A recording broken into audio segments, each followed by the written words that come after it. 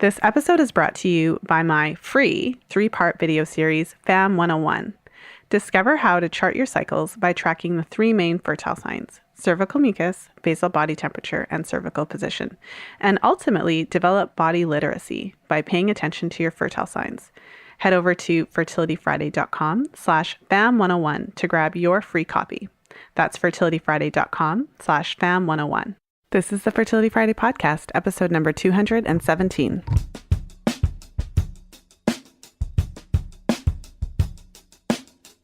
Welcome to the 217th episode of the Fertility Friday podcast. Thank you for joining me today. I'm Lisa from fertilityfriday.com, and this is your source of information about the fertility awareness method and all things fertility. As usual, I'm excited to share today's episode with you. In today's episode, we'll be talking all about menstrual cups. Now, I was inspired to do this episode because I was recently chatting with a friend of mine, and she was picking my brain about menstrual cups. And through that conversation, I realized that I've been using menstrual cups for nearly 20 years. So I actually have a lot to say about the whole situation about cups. So I thought, why not do an episode about it? Because I also get a lot of questions about menstrual cups in my Facebook group.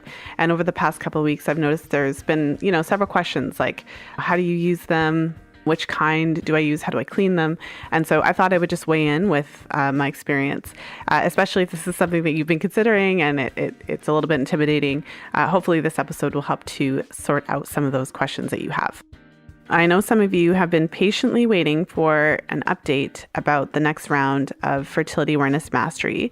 And so if you're a new listener to the show, Fertility Awareness Mastery is the 10-week group program that I host for women who are wanting to delve into fertility awareness charting and really come out on the other side after nearly 3 months together, really confident about charting. And so that applies whether you are actively avoiding pregnancy and really wanting to feel confident in your observations, or if you are trying to conceive, but you're not really comfortable or confident about the timing, or if you have questions about your menstrual cycle itself, based on what you see on your chart.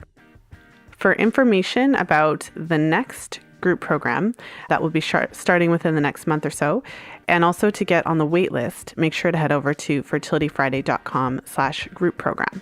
So again, that's fertilityfriday.com/group program. Now let's jump into today's episode. So let's jump into it. Today's topic is menstrual cups. And I do have a lot to say about it, so I'll just delve right in and get started. So a little bit of background about my history. So I started using menstrual cups back in the year 2000. So that would bring us to today, as I'm recording this, that's 18 years. And it's interesting because I never really thought about it, but I mean, it makes sense. It kind of mirrors my fertility awareness journey. So I started using menstrual cups, shortly either before or around the time when I first started charting. And it was just kind of this period of discovery for me. So I went to, at the time I was a university student, and, there was a women's center on campus, and they had a lot of great speakers and a lot of great workshops, really just raising awareness about issues that pertain to women. And so I went to this one workshop, and the woman who was leading the workshop was talking about the issues with menstrual products. So she was throwing conventional menstrual products under the bus, talking about how the products and the materials that they're made from. And so whether you're using tampons or pads that are just regular conventional tampons or pads that you buy from the drugstore, they're made from a combination of natural fibers, so cotton, often genetically modified cotton, so most predominantly genetically modified cotton, and also synthetic products like rayon. And what I learned is that there's a great deal of engineering that goes into these products to make them super absorbent. And so for tampons, for example, super absorbent. She did a demonstration where she put a tampon in a cup, and you saw how wide it expanded. And we all know that it can't actually expand that wide in our bodies. So it's interesting how they designed it. But also then when she took the tampon out of the cup, you could see all the little fibers swimming in the water. And then she went on to just explain that when you use regular tampons, all of those little synthetic fibers, they don't all come out when you pull out the tampon. So some of those stick around and can potentially cause problems. She talked about toxic shock syndrome, which which is a pretty significant bacterial infection that you can get when if you leave in your tampons for too long, if you're not changing them regularly enough. And she also talked about the products that are used in processing. So I mentioned the, genetically modified cotton. So, some of those materials, if they're using regular cotton, you are then exposed to chemicals, pesticides, toxins. But in addition, I've never seen a tampon that wasn't super white in color. So they're bleached. And there's been research that shows that many of these menstrual products have dioxin residue and other types of chemicals. So then it sets the stage for all of these chemicals going into your most sensitive area. And so I remember when I first had that experience learning about how menstrual products worked, and then she went on to talk about some of the, natural menstrual product options, or just at least a bit less invasive. So there's lots of different menstrual, product options. For those of you who've been listening to the show for a while, you'll remember that Cora Tampon sponsored the show for several months. And so they're a company that creates organic tampons. And so, of course, they're not the only company that creates organic tampons. When you go to your health food store, you can actually see that there's more and more companies that are moving this way and creating menstrual products that don't contain all those chemicals.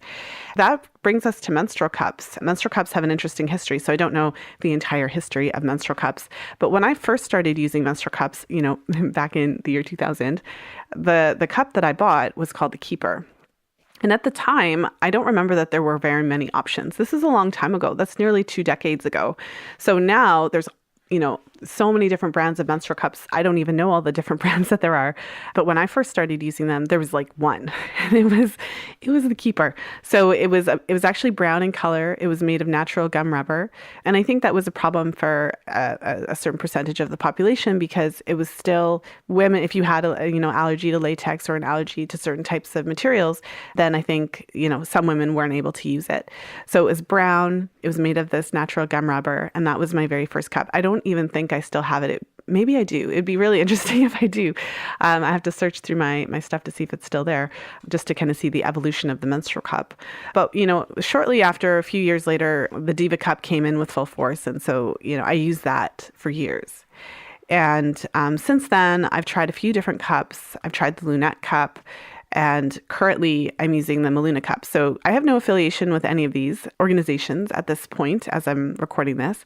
So this is purely for information. So I have not tried every single cup. There's many, many cups that I haven't tried. But because I've been using them for so long and I've had different challenges along the way, I definitely have a few things to say about it. So, the first topic I wanted to just get out there is why I even use them. So I've already touched on that. From the standpoint of reducing your exposure to chemicals and toxins, a menstrual cup is a really great alternative. What appealed to me about a menstrual cup is that it's not absorbent. It's not something that's actually absorbing any fluids. It's collecting them. And so, even when I switched to organic tampons, the tampons, they're still absorbing. And so for instance, if you're at the end of your cycle and you don't have a ton of bleeding coming out, when you pull out that tampon, sometimes it can be kind of uncomfortable, and sometimes it can feel like it's drying your vagina a little bit. So I know, just as a personal preference, the idea that I was using something that was collecting my blood instead of absorbing it, it just was it made more sense to me. And I also found it to be more comfortable in that sense of not having something that was drying out your vagina. Of course, huge avoiding toxins and chemicals. And then also I felt a little bit disenfranchised with these big, huge corporations that are making these menstrual products and making a lot of money for people, but not necessarily having my best interests at heart, right? Using dioxins, using bleach, using all those types of chemicals to make a product that looks nice, but really not having my interests at heart. So I was also enamored with the idea of made by women for women. And look, if a woman makes a product for women, the product actually makes sense. So that really appealed to me. And also, I do, care about the environment. And so, the point, if you think about it, if you actually sat down and calculated how many pads or tampons you use each menstrual cycle and think about how many menstrual cycles you have in a year and then times that by your entire reproductive lifespan, it really, starts to make you think about your ecological footprint. And if there's something that you can do to reduce that, then yay. So for me, that was definitely a selling point. And also, just the finances of it. So I often like kind of going what it feels like to me, kind of my own way. And so by essentially boycotting conventional pads and tampons, I'm not supporting that industry, and it's also cost effective for me. So with menstrual cups, you can buy a menstrual cup and you can use it for years. Now, I don't know exactly how many years, but somewhere between 5 or 10 if you take really good care of it. Eventually, you'll, want to move on to something else, try something new. I think that that's just natural, but you can actually keep a menstrual cup for many, many years and for it to be completely fine, especially given the materials that most menstrual cups these days are made with medical grade silicone. And so with medical grade silicone, like you can boil it, you can put it in the dishwasher.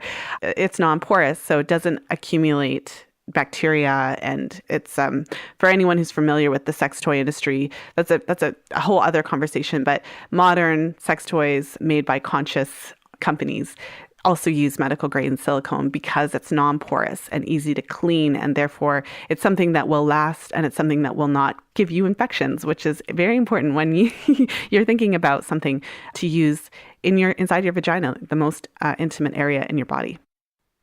So that gives you an idea, and I'm sure those aren't the only kind of reasons, but those are the ones that come to mind when I think about what was it that caused me to really consider using menstrual cups and why was that important to me. And the other thing, I remember when I first was considering using them, hearing that they were more comfortable and all those types of things. So that also appealed to me. And I can't forget, of course, one of the draws for me as well was that you can leave in a cup for a longer period of time. So you can leave it in for, up to 12 hours.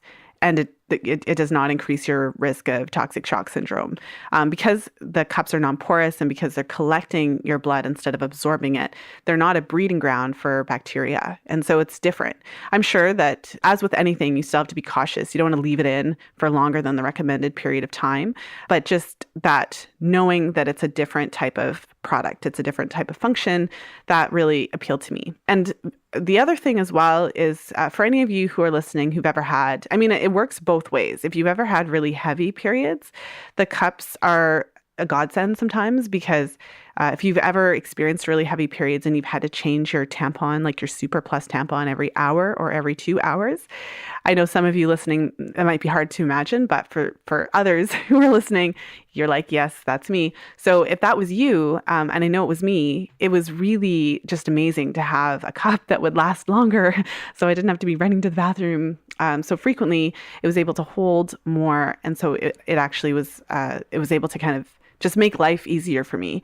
That was one of the draws. And I know on the flip side, if your periods are not heavy, so if you're on the lighter side, it's also convenient because then instead of, changing pads and tampons throughout the day, on your light days or your moderate days, you may be able to keep your cup in all day or like at least for, maybe 6 hours or something like that. So like half the day. So if you're going to work, many women might find on their light days, like you can put it in the morning and then change it, at night when you come home from work. So that's not always the case, but again, depending on where you fall, there's benefits whether you have heavy bleeding or light bleeding. So this brings us to kind of the big question. So if you have never used cups before, what kind of cup should you use? So I'm not going to go through a ton of different brands because I personally have not tried every single brand on the market, but there are certain things that can help you to figure out what size and shape you would like. One of the most basic things that you can do, especially if you are a member of the Facebook community that I host. So if you're not, if this is one of the first episodes that you're listening to, I do host a Facebook group for this community, listeners of the Fertility Friday podcast. And so you can head over to fertilityfriday.com/community.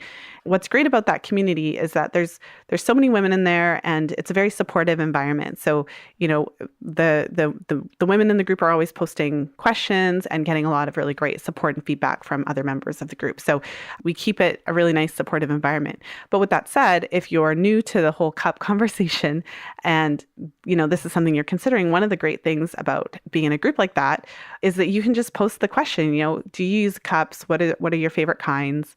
And, what did you like about it? What didn't you like about it? And you'll find that there's a great community of women with experience in this area who will gladly share their personal experiences and their recommendations. And so then it gives you a place to start in terms of your own research. But like I said, when I started, there wasn't all these options. So it was very basic. Like there was kind of like 2 brands and that was it, that I knew of anyways. But now there's, so many different brands. So it's great because you have a lot of options, but it can also make it a little bit harder because then you're afraid that you're going to make the wrong choice. What I would say is that with cups, there's a lot of specific differences that determine how well it's going to work for you. And to some extent, you kind of have to jump in and try something to figure out what you like and what you don't like.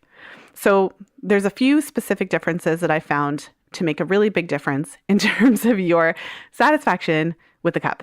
So one is kind of obvious, but we can break it down further. So one is size, and size meaning typically how long it is. So that when I think of size, I think of how long is it, and also to some extent, how wide is it? Now, firmness. So there is a huge difference in cups. There are cups that are so soft. So they're still made with silicone, but very, very soft. So you push them and they very easily collapse. And there's all in between. But then on the other side, on the other kind of side of the spectrum, there's cups that are quite firm. So where they pop out and they hold their position. So when you insert them, they pop open. Pop might sound jarring. It's not.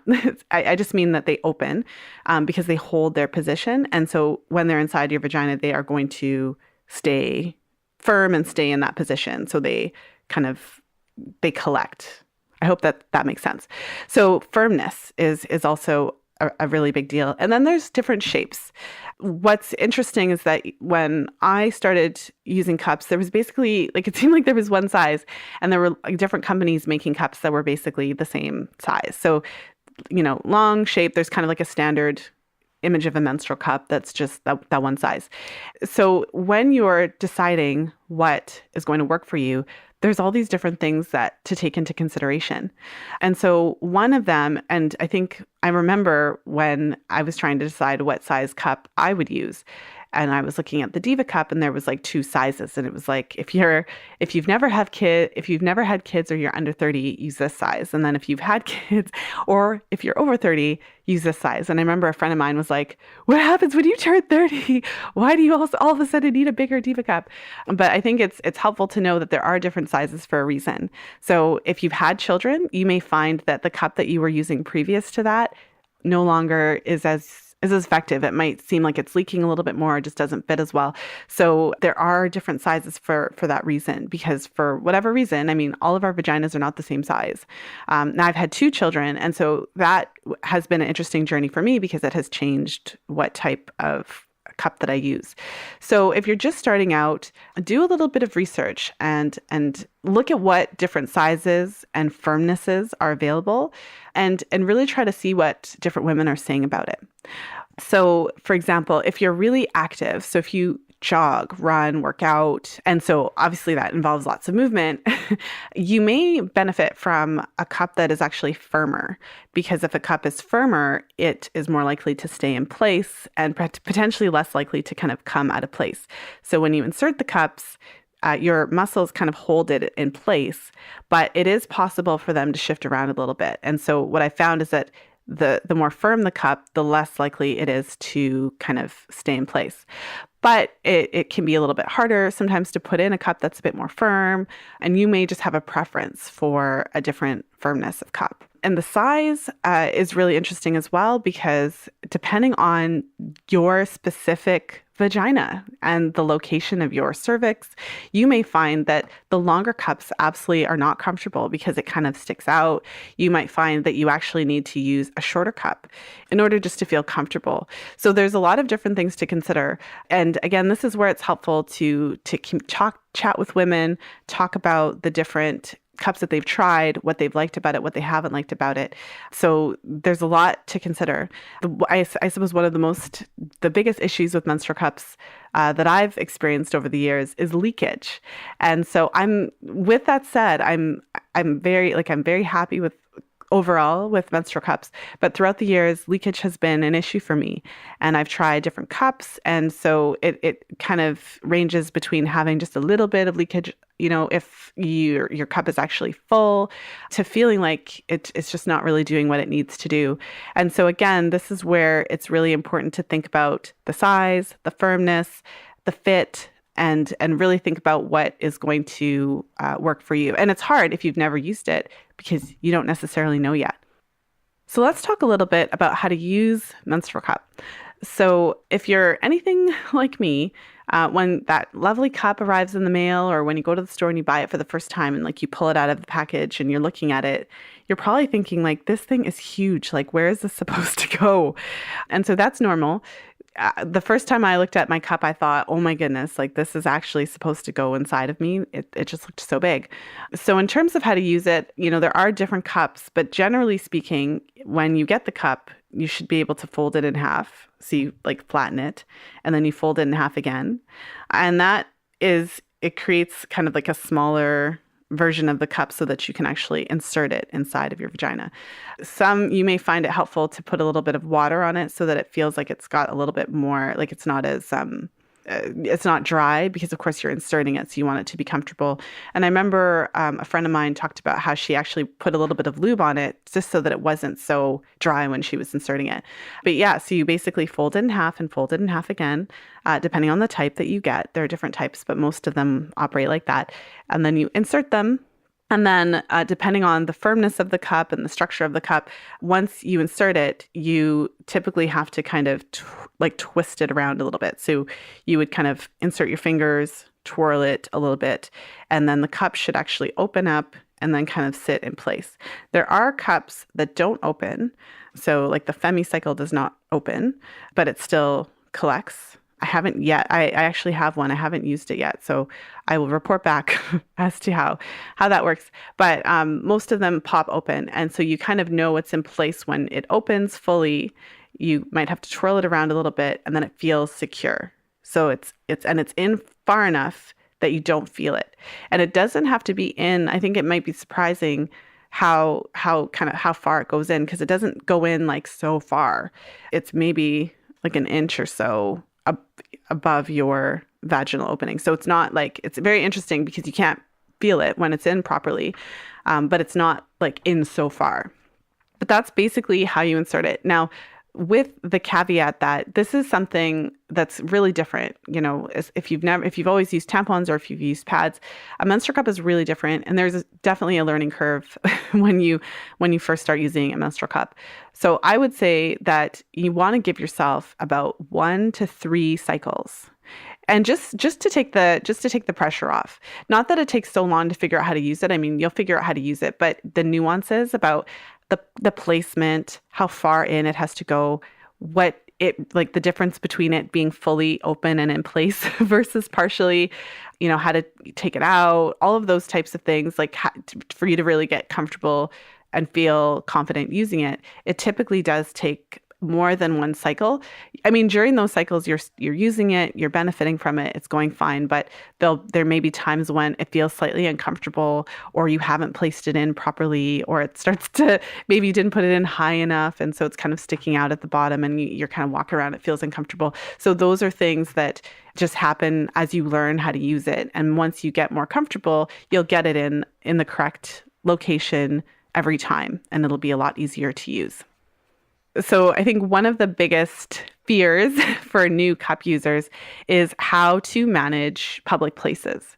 And it's one thing to be inserting a menstrual cup in your bathroom, in the privacy of your own home, and you're, behind a closed door, you've got a sink.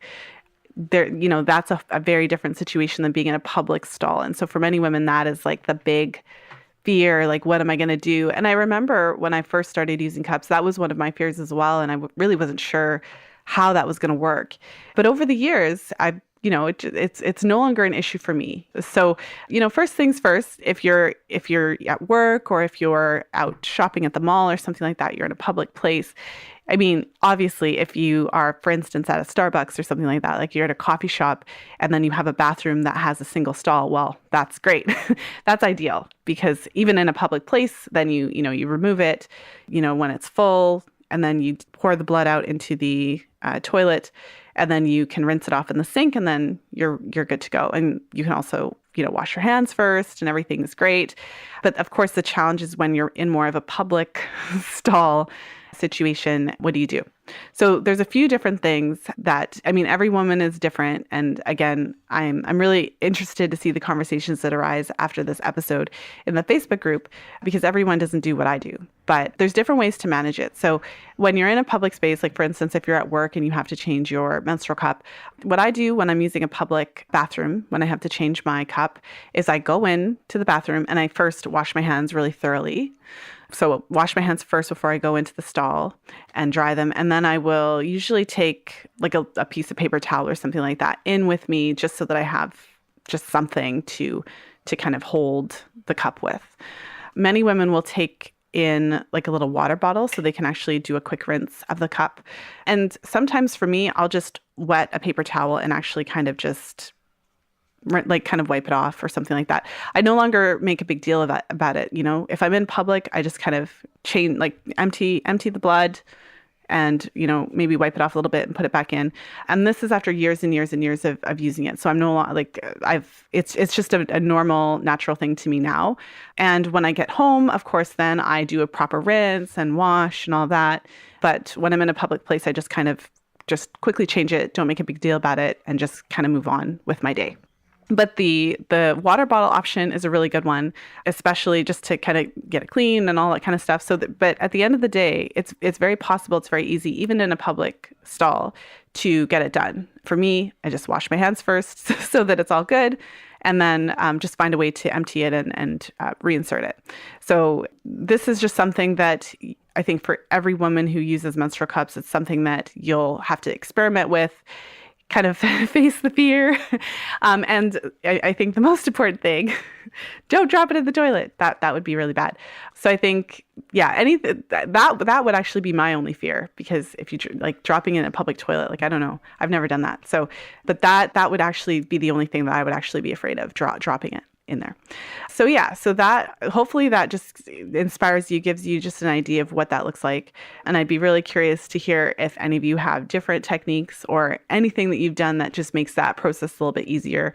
But ultimately, one of the great things about cups, as I mentioned, is that depending on your flow pattern, you may not have to change it when you're in public. Some women are able to avoid it for the most part, having to change it in public. But others, like myself, I've always had to change it at work when I was working at different jobs throughout all this. So I never had the option not to change it at work. So I always had to change it at work. If I'm out shopping, I would change it. And actually, the other day, it just so happened that I made plans with a friend to go to the swimming pool with our kids. And it was day one of my period. So I don't typically go swimming on day one of my cycle, but it just worked out that way. And it was fine. It was great. There was no leaking. And I, changed in the swimming pool public bathroom, and it was completely fine. So it is possible. You can do that. And it's great for swimming because you don't have to worry. Like in my case, I didn't have to worry about leaking. The thought of swimming with a tampon kind of, after all these years, kind of makes me nervous. So yeah, lots of benefits. Okay, so I want to specifically tackle how to handle leakage, because that's just a theme. That's been a theme throughout the years. So the first thing I would say, basically, if you're having leakage, it's very possible that the cup that you have isn't the best size for you or the best shape for you or potentially the best firmness for you. I've personally used at least 4 or 5 different cups over the course of my cup experience. And looking back, knowing what I know now, when I was experiencing leakage, it was largely just because the cup itself wasn't the right size for me. I didn't really know that at the time because I had no idea about all the different options. I mean, I'd been using it for so long, I was just using the same kind.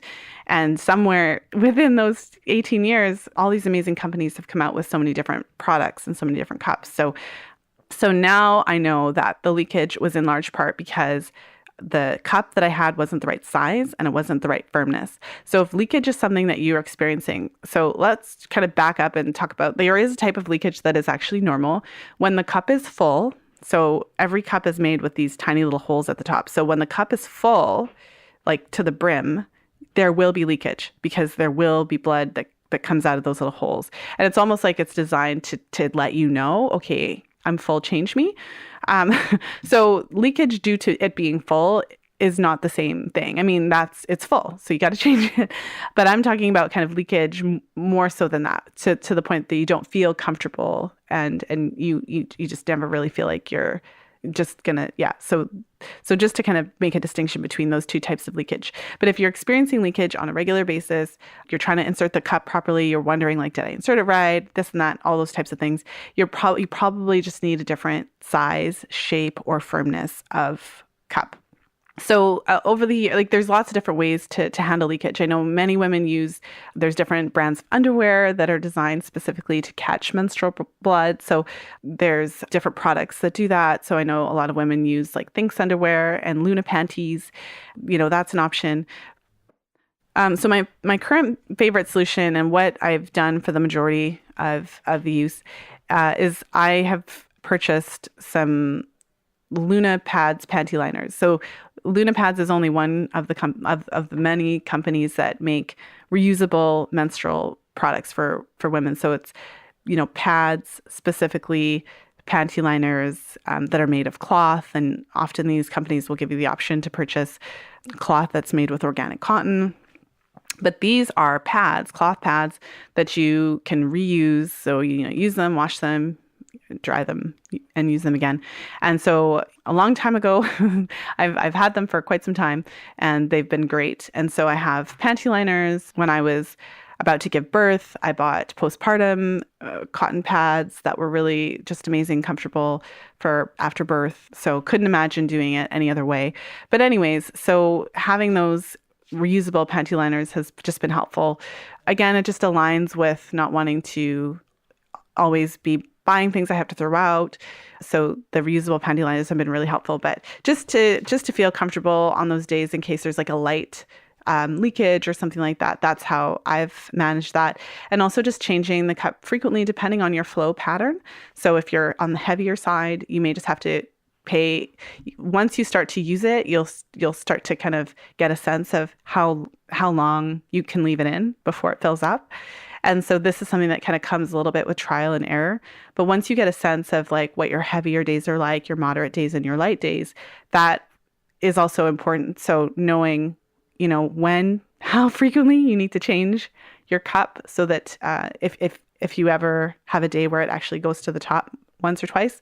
So those are just things to keep in mind about how to manage leakage. So with that said, I don't want to give the impression that these cups are just leaking all the time because they're not. Once I switched to a cup that was the right size and firmness and shape, leaking is really not a problem at all. And so, but it's just, I think it's for most of us, it's like a peace of mind, so there's ways to manage that. And so those are some of the ways that I found to manage leakage. But I do want to say, yeah, like if you do have this issue and it's leaking all the time, try a new cup. It's not supposed to do that. So one of the questions that came up in my Facebook group actually this week was about cleaning. So, one was asking like, what do you do? How do you keep your cup clean? And it was really interesting to see the different responses. And so I just wanted to weigh in on that a little bit because I think we've all grown up with this idea that our vaginas are inherently dirty and just the thought of that this cup, and even like the cup itself, like if you have it on your counter and someone knows what you use it for, we probably think, oh, I won't touch it. It's so dirty. And maybe that's not how you feel about your vagina. And if not, wonderful. But I just want to put it out there as just a reality of the world that we live in. And so I thought it was really, really interesting. So it is really important, obviously, if you're using a menstrual cup, this is something that you're putting inside of your vagina every time you have your period. It lives in there for several days of your cycle. And so it's really, really important to keep it clean. But with that said, as I mentioned earlier, with menstrual cups, they are made these days. Menstrual cups are made with medical grade silicone, and that would be something to look for if you're looking at menstrual products, what materials they're made from, to make sure that they're hypoallergenic and non-porous so that they don't collect bacteria. But I haven't really seen any menstrual cups lately that are made with, like, the majority of them are made with the proper materials. So just knowing what they're made of helps to give you a bit of comfort and confidence, because they are not going to be a breeding ground for bacteria just because of the material that they're using. So that's the first thing to keep in mind. And silicone is also, it doesn't melt, it doesn't break down. So it's also really helpful. So the very basic way to keep your menstrual cup clean is to wash it with soap. So choosing soap that is not, you don't want soap that is fragrant and all that. You want non-fragrant, just soap, just plain unscented soap, because again, this is going in your vagina. So you don't want to use soap that scented, because that can irritate your vagina just to have exposure to different chemicals or scented, But so the very, very basic, like, number one thing to do is to wash it with soap. So during your period, you can use it and you can actually rinse it with water really well and reinsert it. And that's all that needs to happen. If you want to wash it with some soap in between, that's obviously excellent as well. But you can rinse it with water really well just to, make sure it's all clean, and then reinsert it. When you're finished your period, you can, wash it with soap really, really well. You can also boil it to sterilize it, just for, boil it for a couple minutes just so that you feel comfortable that everything's gone. And especially if you do have like a yeast infection, or you notice that, you have something going on down there beyond just the normal everyday, like if you have some sort of bacterial thing going on or yeast going on, then absolutely you're going to want to sterilize it to make sure that it doesn't carry over for the next cycle. But overall, just the basic practice of washing it with soap and water, allowing it to dry fully is in many cases sufficient just on its own. So I just wanted to it's easier than you think. This is something that, especially when you're brand new to it, it seems like it would be really involved and there'd be all the stuff you have to do, but really it couldn't be simpler. And I would challenge the idea that, every time we have to be so concerned because it's so dirty, because really our vaginas are self-cleaning. They're a self-cleaning part of our body, just like any other, part of our body. Our vaginas shed skin, and our vaginas are continually cleaning themselves. And so just by choosing good materials and keeping the cup really clean and using regular soap and water, the occasional sterilization with some hot water, that's enough. There's nothing else that's required to keep your menstrual cup clean. If you have a menstrual cup that is clear, it is possible that over time you'll notice that it'll start to stain a little bit. So that is a real thing. If you buy like I suppose clear isn't the right word, but kind of like that white, that clear kind of white silicone cup that's not colored. Over time you might notice that it does, change color a little bit, a little yellowish, just because it's collecting blood. I wouldn't worry too much about that. It's just over time, as you use something for the same purpose over and over again, it might take on a little bit of the color. Again, you could try sterilizing it, washing it with soap. If it really bothers you, you could consider then the next cup you buy. There's lots of different cups now, different colors, all that kind of stuff. So it's just something to consider. But the discoloration in and of itself doesn't signify like a big problem. One of the things that I should mention, and I probably should have mentioned it earlier on in the call, is just with menstrual cups, there is a certain degree of involvement with yourself. Every woman is not comfortable using menstrual cups because with menstrual cups, you cannot get away from touching your body. With pads, with tampons, especially tampons with applicators, you can really get away with not touching your body a whole lot, not really coming into contact with your vagina. But with a cup, you are very much engaged with your vagina. You've never been that engaged with your vagina, most likely. Or maybe you have. But either way, you're very engaged. There's no getting around it. You have to insert it in there. There's no applicator, and you have to kind of reach inside to adjust it and then also to remove it. So you're very much in contact with your body. And for many women, this is actually a very positive experience, because this is the first time that you've really, for many women, this is the first time they've really interacted with their vagina in such a way, and having to really see their menstrual blood as well. So one of the interesting aspects about using a cup, when you use tampons and pads, you know that the blood is there, but you never really see it. It's in the pad, it's in the tampon, and you don't really see what your bleeding looks like. So when you actually use a cup, all of a sudden you can see the color of your bleeding, you can see the texture. So whether the blood itself is kind of thin and flowing like water, or whether it's thicker, you can see if you have clots. You can see that your menstrual bleeding is not blue liquid, as I always say. As when I was, I don't know if the commercials are still there, because I don't watch a whole lot of TV these days. But when I was growing up, there was always these blue liquid. You just saw them putting this blue liquid on the pads, and very sanitary or whatever. But when you actually see your blood, you realize it's a combination of blood, tissue, different secretions. And you really, for me, it kind of solidified, wow, the cup seems to be a great way to manage your period, because it actually collects what I have.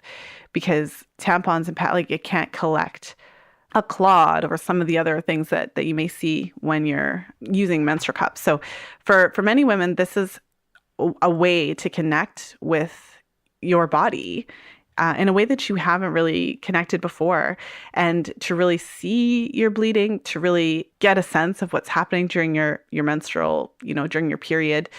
For me, I felt like it really helped to connect me to what was happening. And it also gave me an appreciation somehow for my cycle. And it was fascinating for me to actually see how much I did bleed and what it looked like. And it kind of demystified everything. And also, if I ever thought that it was kind of gross or dirty or anything like that, because this is the world that we live in, just by interacting with my period in that way, it changed things for me. All of a sudden, I really appreciated it. And it just felt like just a natural, normal, just part of being a woman. So yeah, everyone's experience is definitely not that profound, and not every woman is going to like menstrual cups, and not every woman wants to interact with her body that way, and not every woman wants to see her blood so clearly as you do in a menstrual cup. But wherever you fall on that, it's an interesting opportunity for you to really see what's going on, and to really see what your period is really like. For many women, they may be surprised at how little bleeding there really is throughout their cycle. And others may be surprised at how much there is, or what color it is, or just how it all works. So I just wanted to mention that because it's definitely involved. When you use a cup, you cannot avoid touching your body. You definitely come into contact with your body in a completely different way than when you're using other types of menstrual products. So I just wanted to conclude this episode by talking about my current hacks, what I have done lately, and why I'm so excited about it. For years, I used, different cups and experienced varying degrees of leakage. And overall, I was always happy with my experience. But I've gone through some changes. I had 2 children, and so things are kind of different down there. And so I realized I needed something different. What I did is I did some research. I'll link to the show notes page of this episode. There's an article that's been going around for a long time now. And in this article, the women who wrote the article basically compared all these different cups. They have pictures of all these different cups, and they talk about the different sizes and shapes, and just all. So you really get a sense of, wow, look what's out there. There's so much out there. There's so many different sizes, shapes, firmness, just all these different options. And it really, as a consumer, it gives you this just a better sense of where to start and what might work for you, especially if you've used a cup before. You have a sense of what worked about it, what didn't work about it. So what worked for me especially given like the two kids thing, the different, all the different changes, was to look for a cup that's actually larger. So I looked for a cup that was big. I wanted bigger and I wanted firmer. And so that's what I was looking for. But what's interesting, so, since I chart my cycles, and one of the topics that I talk about with every client and in every group program is how to chart your cervical position and how your cervical position changes throughout your cycle and all that stuff. So what I've noticed over the years, very clearly to me, is that during the first 2 or 3 days of my cycle, my cervix is a little bit higher. And then once I get to those last 2 days of my cycles are typically like 5 days, like it's TMI Fridays. So sorry, guys. But anyway, so I'm sharing this with you because it's not just relevant to me. I think that many of you might be in the same situation. I don't think it's just me. So anyways, so the first couple days of my bleeding, my cervix is actually located a bit higher and kind of more out of the way. And so when I'm using a bigger cup, it's totally fine and everything is great. Like it's comfortable, it's good. But then towards the last 2 days of my cycle, my cervix noticeably moves position. So all of a sudden it's lower, more tilted inside my vagina. So meaning that it's just like lower. So all of a sudden that big cup isn't comfortable anymore. And I've known this for years, but I didn't know what to do about it. It was just how it was because I still wanted to wear the cup. So I would just kind of adjust it to the best of my ability and just kind of work with it. So what I did when I was seeking a new cup, I was tired of leakage and I wanted to try something different. I actually bought 2 cups. So I bought a big cup for my, first couple days, my moderate to heavy days.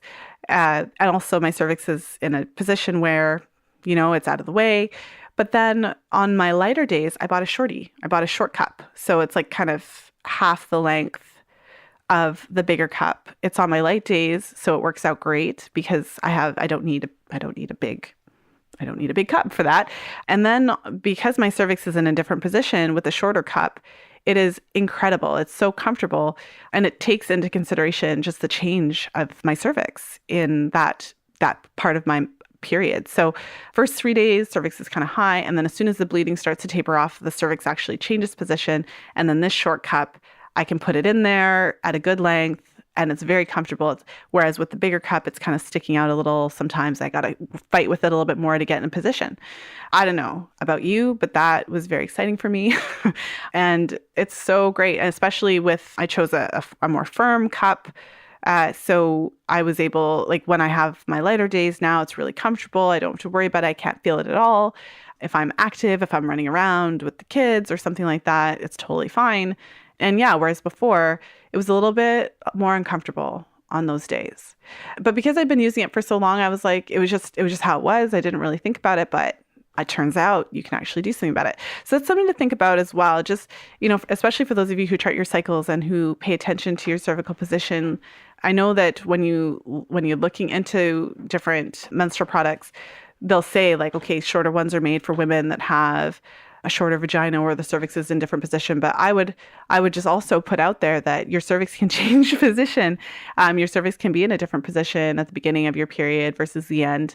And so if you have ever experienced something like that, hopefully this has helped to like, oh, wow, this could actually be a thing for me. And so, yeah, my current hack is actually having more than one cup and using a different size of cup at a different point in my period. And I'm absolutely loving it. It's been fantastic. And also, the biggest hack was finding a cup that is the right size, right firmness, right shape, and all that to minimize leakage. So with all the options that we have available today, you don't have to settle. If the cup is not comfortable, if you can feel it, if you feel like it slips out of place, if you feel like it's leaking too much, there are other options. Like I said, I don't have an extensive list for you. The company that I'm currently using is Maluna, and there's no affiliation. I have no affiliation with this company. But I was looking at all these different types of cups, and I looked at their site because they had all these options. They had the cups organized based on size, firmness, shape, and you could choose whatever different combination of those that you wanted. And so for me, that was like, wow, like that was what I needed. I needed to be able to choose those different options. But there's tons and tons and tons and tons of different cups of different sizes and shapes. And there's lots of cups, lots of companies now that are making cups that are long and short. And so ultimately, this is just more like a roadmap. There's no right answer. Every woman isn't going to want to use the same cup. Some women like the cups firmer. Some women like the cups not as firm. Some of you will want a cup that's really big. Some of you will want a cup that is smaller. Some of you are more active. So you have different needs. You need something that's really going to stay in place when you're really active, when you're running. And others may need something completely different. So I think the takeaway is that whatever you need is pretty much out there now. There's lots and lots and lots of different options. And if you're using one that is not that does not meet your needs and that is not comfortable, it shouldn't be uncomfortable. When you're using cups, you shouldn't really be able to feel them at all. And they should stay in place. So they shouldn't be like coming out, or they shouldn't feel uncomfortable or anything like that. They should feel comfortable, and they shouldn't be leaking all the time. It is possible to have a cup that really doesn't leak unless it's full. And that brings us to the end of our show. So now I want to hear from you. I want to hear what your experience has been like with menstrual cups. Please join us in the Facebook group. I'm really excited to chat about menstrual cups in there. As you can tell, I'm like a menstrual cup enthusiast. And especially, I've been using them almost 20 years. So obviously my experience has been very positive. And so I want to hear what your hacks are, because I learned so much from speaking to other women who are using it, different things that you've done, different types of products that you've tried, just what has worked for you, what hasn't worked for you. If some of you are really active, like what is your favorite brand and why? And do you use different cups for different purposes or at different times? If any of you have traveled with cups, I'd be interested to hear how you manage that. So make sure to join us, fertilityfriday.com/community, because it's a great topic. And I know that this is a topic that a lot of you are really interested in, especially those of you who are considering switching, but maybe a little bit nervous about the whole process. So thank you for coming along this journey with me with menstrual cups. You'll find the show notes page for this episode over at fertilityfriday.com/217. So fertilityfriday.com/217. And make sure to head over to fertilityfriday.com/group program for more information about the next Fertility Awareness Mastery group program. So we will be meeting for 10 weeks. We're going to be starting either the end of September or the very beginning of October and going through up until before Christmas. So that'll give us about 3 months together. And so make sure to head over to fertilityfriday.com/group program for more information. And if you're wanting to join us this fall, make sure to sign up, join the waiting list if that's what you see when you go over to the website. But make sure to put your name in there so that you'll know as soon as everything has been finalized with regards to the dates and the details and everything like that. So I just want to thank you for listening to the show and supporting the show. There's so many different podcasts you could be listening to, but you're listening to mine, and I really appreciate that. And so until next time, be well and happy charting.